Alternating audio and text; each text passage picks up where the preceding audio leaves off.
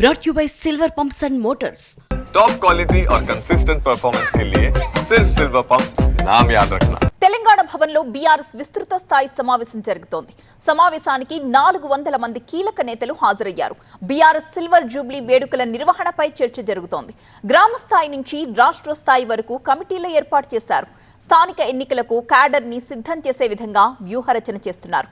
ఈ నెలాఖరులో భారీ బహిరంగ సభకు కేసీఆర్ ప్లాన్ చేస్తున్నారు.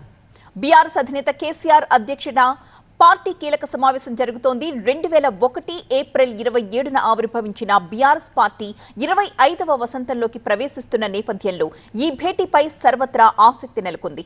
ఈ భేటీకి రాష్ట్ర కార్యవర్గం జిల్లా అధ్యక్షులు, ప్రస్తుత మాజీ ఎంపీలు, ఎమ్మెల్సీలు, ఎమ్మెల్యేలు, కార్పొరేషన్ మాజీ చైర్మన్లు, జిల్లా పరిషత్ చైర్మన్లు, డీసీసీబీ, డీసీఎంఎస్ అధ్యక్షులు, నియోజకవర్గ ఇన్ఛార్జీలు సమావేశానికి హాజరయ్యారు.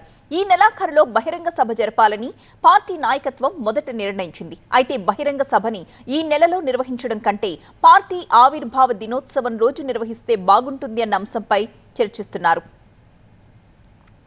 అధ్యక్ష ఎన్నిక నాటికి పార్టీ సభ్యత్వ నమోదు, గ్రామ స్థాయి నుంచి జిల్లా స్థాయి దాకా పార్టీ ప్రధాన కమిటీలు, అనుబంధ కమిటీల ఎన్నికలను నిర్వహణ, సెప్టెంబర్ లేదా అక్టోబర్లో అధ్యక్ష ఎన్నిక నిర్వహణ తదితర అంశాలపై చర్చించి కీలక నిర్ణయాలు తీసుకోబోతున్నారు.